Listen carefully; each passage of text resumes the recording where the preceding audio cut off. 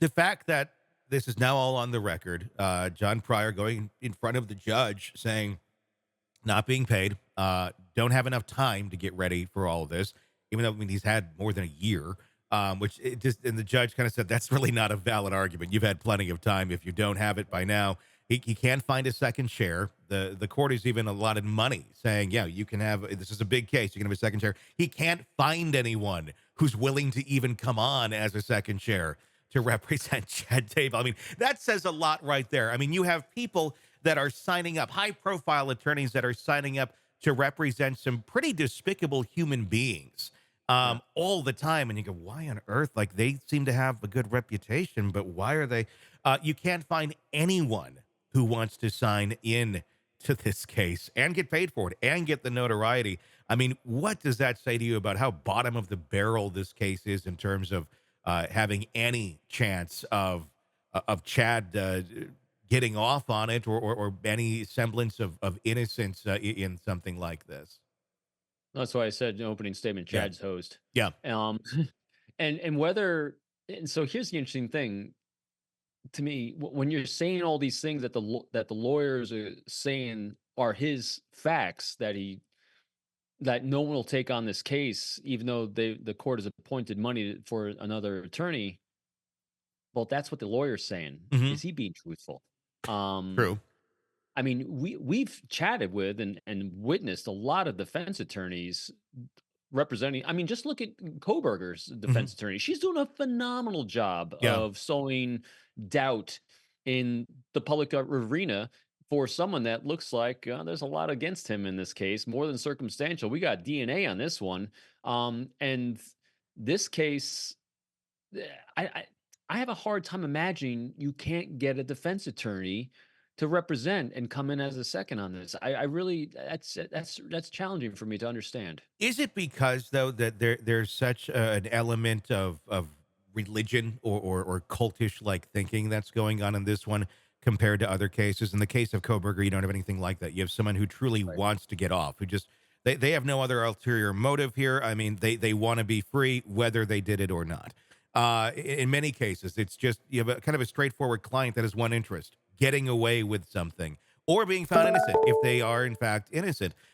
With this, you have someone who digs in on these weird religious beliefs. At least that's what we've seen from Lori, who in her ending statement at the sentencing was very much dug into. The kids got a great job at Kmart in heaven, and everybody is doing good. Uh, this case, if you're the attorney going in, you're probably dealing with some of that with Chad, where it's just not based in reality. It's so magical thinking that even if you want to try and get this person off, you do require some form of cooperation on the part of your client to be able to get from point A to point B. If they're sitting there going, this is what we did was justified and right because, Xenu wanted it to be that way. I'm throwing Scientology into this because it's just as Right.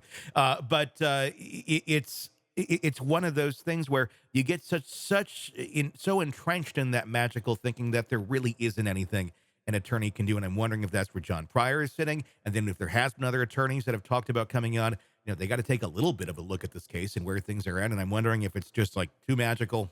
I'm out.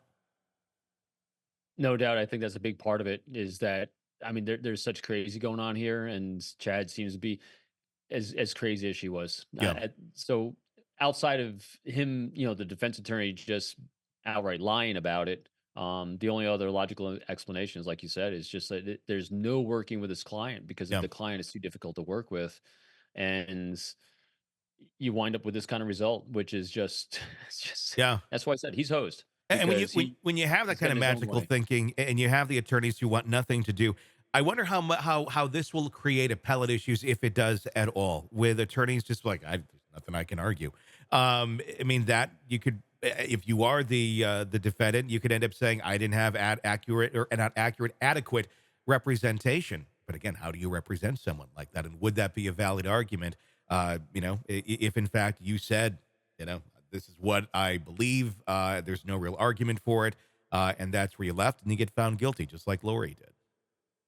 Yeah, probably. Again, not being a legal scholar on this one, though, I don't see this one going away even after conviction. No. if convicted. I Yeah. mean, we know he's going to be convicted. I mean, that's one of the few things. I mean, your wife is convicted. How are you not going to be convicted? Hmm. Um, but I don't see this one going away because, like you said, he's gonna if he's represented, he's going to claim a lot of things, Hmm. but who's going to do it for him? That becomes the big question in it. You know, from where do you go after conviction? Where do you go after the trial if no one's willing to touch your stuff? I'm sure someone will come in because someone can make a lot of money Yeah. off of telling your story a new way. It'll. I think we're going to be talking about this one quite a while. I wonder what books Chad Daybell will author after all Yeah. Do they this have is a said son and of done. Sam Law in Idaho? I don't know the answer to that. And does a son of Sam law apply in a case like this if he's not writing about the murders, if he's not writing about the case, but it's just his own notoriety and he goes back on the bandwagon of I'm a prophet and I'm giving you this information. Yeah. Would a son of Sam law apply there? That's a good question for an attorney. I don't know the answer to that, but I don't know the answer either because that does go state by state, but yeah. it'd be really because there are sick, demented people out there that want to marry him right now. I guarantee you, he's getting fan mail. There's because these people get fan mail Hmm. in prison, and so he's probably had a list of Yeah. people that would buy his trash that he pontificates out. And those people should be on a list as well. Yes. Hey, it's Tony Brueski. If you like the podcast, be sure to like, subscribe, and press that bell so you don't miss any of our updates on the cases we're following for you right here at the Hidden Killers podcast from True Crime Today. And thanks